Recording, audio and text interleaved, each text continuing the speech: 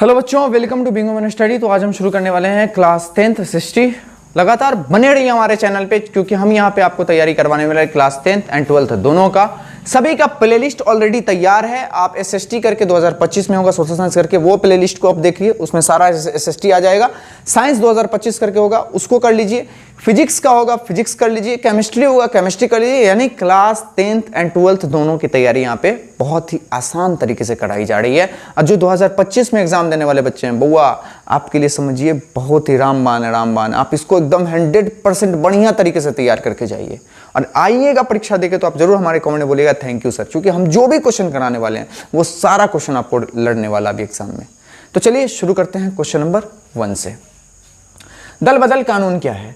जब किसी दल के सदस्य चुनाव से पहले या निर्वाचित के बाद अपने राजनीतिक दल को छोड़कर दूसरे दल में शामिल हो जाता है, उसे दल बदल कहते हैं। जैसे मानिए कि हमारा कोई दोस्त है, हमारी पार्टी में था और वो हमारे एंटी पार्टी में जाकर के उसके साथ बात कर रहा है या उसके पार्टी में चला गया, तो ये क्या हुआ ना, दल बदलू हो गया।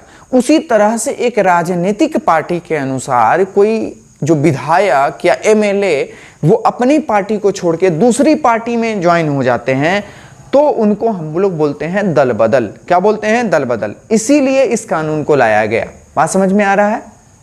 जैसे गांव घर में देखते होंगे, कोई आपके साथ है और वो दूसरे के साथ फिर रहने लगा, तो आप उसको कहते हैं सारा दल बदुली इंसान है ना, ऐसा बोलते हैं ना। तो ये जो हुआ, एक प्रकार से क्या हुआ ना, दल बदल हो गया है ना। तो दल बदलू वर्ड यूज हुआ।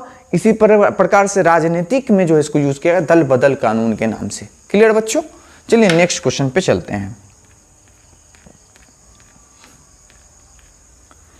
देखिए, खिलाफत आंदोलन का कारण क्या था? सबसे पहले समझेंगे हम खिलाफत आंदोलन को। खिलाफत आंदोलन इसलिए हुआ क्योंकि जो तुर्की के सुल्तान थे यानी खलीफा, उन्होंने जर्मनी का सपोर्ट करते हुए अंग्रेज के खिलाफ लड़ा।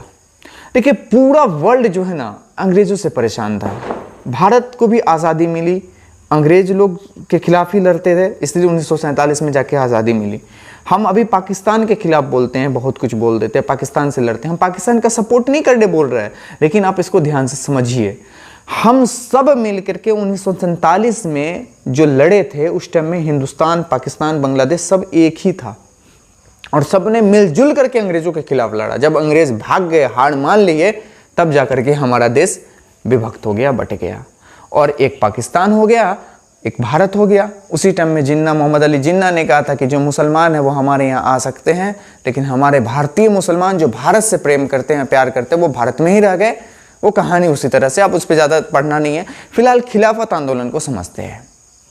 तो खिलाफत आंदोलन क्या हुआ था कि तुर्की के जो खलीफा थे, उन्होंने इंग्लैंड का जर्मनी का सपोर्ट करते हुए इंग्लैंड के खिलाफ लड़ा, जिसकी वजह से उनको हार की खानी पड़ी। इस वजह से उनका जो पावर था, यानी जो तुर्की के सुल्तान या खलीफा थे, उनका जो पावर था, उनका जो पद था, वो सब अंग्रेजों ने छीन लिया। उसके छीनने की वजह से भारतीय मुसलमान जो थे ना, खलबला उठे, एकदम गुस्से में आ गए। और इसी वजह से मुंबई में 1919 ईस्वी में क्या किया, मोहम्मद अली और शौकत अली ने एक समिति का गठन बुला लिया और उस समिति में एक रखा गया जिसका नाम रखा गया खिलाफत आंदोलन। क्या रखा गया? खिलाफत आंदोलन। अब गांधी जी भी चल उठे कि भाई चलो भाई हिंदू मुस्लिम एकता बनाते हैं। तो गांधी जी भी उठे और चल दिए, बोले नहीं, ये जो किया है तुर्की के खिलाफ अंग्रेजों ने, ये गलत किया है। ठीक है, तो मुसलमान सभी हो गए कि चलो भाई अब ये गांधी जी भी घुस गए हैं, अब हम अपने लड़ेंगे। ऑलरेडी वो लड़ने के लिए तैयार ही थे। खिलाफत आंदोलन मोहम्मद अली और शौकत अली, वो दोनों अकेले ही भारी पड़ गए थे और वो जो समिति बनी थी वो भी कम नहीं थी। लेकिन गांधी जी का एक सपोर्ट भी आ गया, जिसकी वजह से क्या हुआ कि हम खिलाफत आंदोलन को आराम से 1924 तक लड़ा, जिसके बाद अंग्रेज लोग हार मान करके पीछे हट गए। इसी का नाम रखा गया खिलाफत आंदोलन। तो चलिए पॉइंट बाय पॉइंट पढ़ते हैं। देखिए, खिलाफत आंदोलन प्रथम विश्व युद्ध होता है, यहाँ पे गड़बड़ा गया। 1914-1918 के बाद शुरू हुआ था, यानी 1919 में शुरू हुआ, 18 के बाद हुआ था ना। युद्ध में तुर्की जर्मनी का साथ देते हुए इंग्लैंड के विरुद्ध लड़ा, जिसमें उसकी हार हो गई। तुर्की किसका साथ दे रहा था? जर्मनी का साथ दे रहा था। किससे लड़ा? इंग्लैंड मतलब अंग्रेजवा से। ठीक है, तो उसमें उसकी हार हो गई, जिसमें तुर्की के खलीफा धर्मगुरु मतलब जैसे इस्लामिक धर्मगुरु होते हैं, उसको बोला जाता है खलीफा। ठीक है, का समस्त अधिकार व पद छीन लिया गया। इससे भारतीय मुसलमानों को दुख हुआ और उन्होंने ब्रिटिश सरकार के खिलाफ आंदोलन करने का फैसला लिया, यानी अंग्रेजों के खिलाफ ये हो गए। महात्मा गांधी को हिंदू और मुसलमान की एकता को बांधने के लिए यह एक शुभ अवसर था। यानी महात्मा गांधी सोचे कि चलो भाई अभी मौका है, चलो हम भी चलते हैं, सपोर्ट कर देते हैं। 1919 में मुंबई में खिलाफत समिति का गठन किया गया, जिसमें मोहम्मद अली और शौकत अली मेन रोल निभा रहे थे। इसके बाद गांधी जी ने खिलाफत आंदोलन का समर्थन किया और खिलाफत आंदोलन के साथ असहयोग आंदोलन शुरू किया। ठीक है, इसके साथ साथ क्या किया, गांधी जी भी अपना असहयोग आंदोलन छेड़ दिए। लास्ट में खिलाफत आंदोलन कई सालों तक चला और 1924 में क्या हुआ, इसकी समाप्ति हो गई। यानी अंग्रेज लोग हार मान लिया तो वहां पे इसको बंद कर दिया गया। ठीक है बच्चों, चलिए चलते हैं नेक्स्ट क्वेश्चन पे। देखिए गांधी इरविन पैक्ट क्या है। इस पैक्ट की वजह से ही गांधी जी को बहुत कुछ सुनना पड़ता है। कई लोग बोलते हैं भगत सिंह को जो फांसी दिलवाया उसमें गांधी जी का बहुत महत्वपूर्ण भूमिका है, उनके वजह से ही भगत सिंह को फांसी चला। अरे भाई ऐसा कुछ नहीं है। महात्मा गांधी जी जब गए थे वहां इरविन वाले में तो उन्होंने रखा था कि आपके पास जितने भी आरोपी हैं उन सबको छोड़िए, ये बोला गया था। बट उन्होंने क्या किया, उसने जो लिखित तौर पे दिया था उसको गांधी जी तो पूरा पढ़े नहीं, साइन कर दिए डायरेक्टली। जोश जोश में एक होता आंदोलन करते करते उस टाइम में कितना आदमी उनगुना जाता है, उस तरह से उनके साथ हो गया। तो हिंसा के आरोपी को छोड़कर उसने जो लिखा था, बाकी सभी राजनीति यानी जो हिंसा करते हैं, जो झगड़ा लड़ाई करते हैं, जो गोली बारूद कर रहे थे, भगत सिंह अकेले पछाड़े हुआ था ना सबको। इस वजह से जो है ये क्या किया ना, इसको छोड़ के बाकी राजनीतिक बंदियों को रिहा कर दिया जाएगा। तो ये रिहा कर भी दिया, लेकिन भगत सिंह को रिहा नहीं किया। जब ये फांसी देने के लिए गांधी बोलते रे चोट्टा काहे ऐसा काम किया इरविन, तो इरविन क्या बोलता है कि तुम पढ़ लेना, जो तुमको दिया गया उसमें लिखा हुआ था कि जो हिंसा के आरोपी हैं उसको छोड़ करके सभी राजनीतिक पार्टी को रिहा करेंगे, और हमने रिहा किया, हम इसके बारे में जो लिखे हम वही करेंगे। जब गांधी जी उसको पढ़ते चार से तो बहुत अफसोस होता है, क्योंकि जो लिखा था अब तो क्या कर नहीं सकते थे।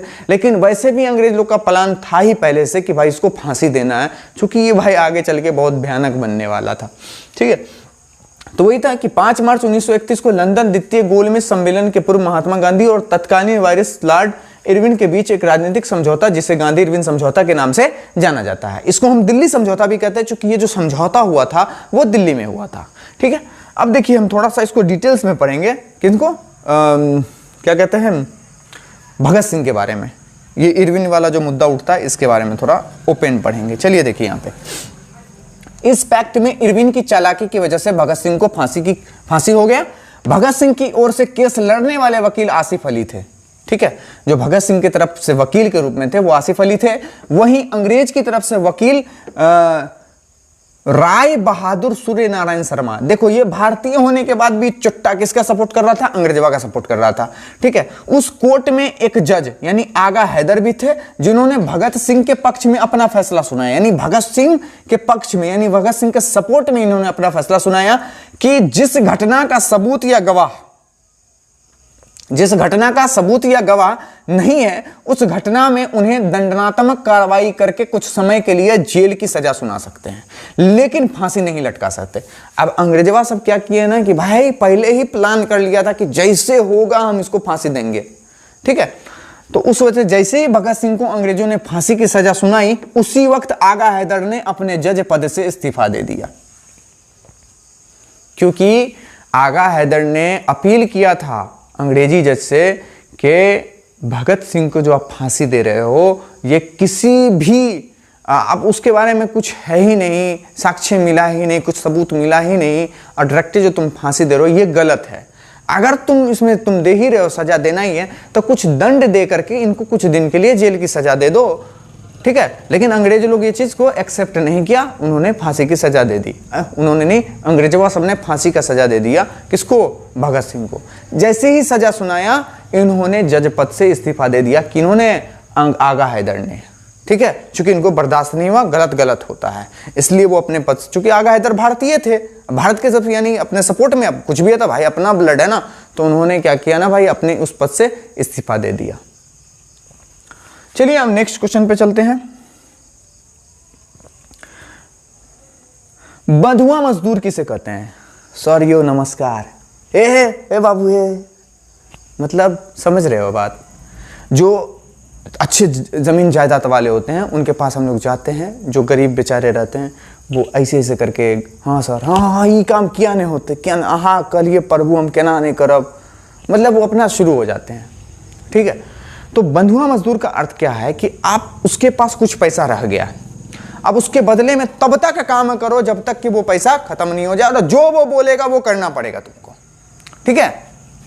मतलब कर्ज चुकाने के लिए, जो कर्जा लिया था उसको चुकाने के लिए बिना वेतन के मालिक, यानी उसके लिए वेतन नहीं मिलेगा, मालिक के जमीन पर तब तक काम करते रहना जब तक कि कर्ज का रकम, यानी रकद लिखा गया, ये रकम सूद समेत ना चुक जाए। बधुआ मजदूरी कहलाते हैं, वैसे मजदूर बधुआ मजदूर कहलाते हैं।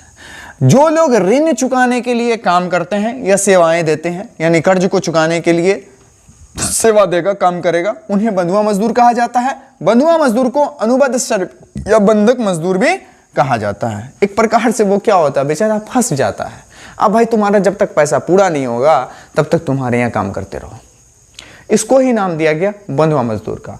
उम्मीद करते हैं आपको सारा क्वेश्चन समझ में आया होगा, और अगर अच्छा लगे तो प्लीज लाइक कीजिए, शेयर कीजिए, सब्सक्राइब कीजिए। हम मिलते हैं नेक्स्ट वीडियो में।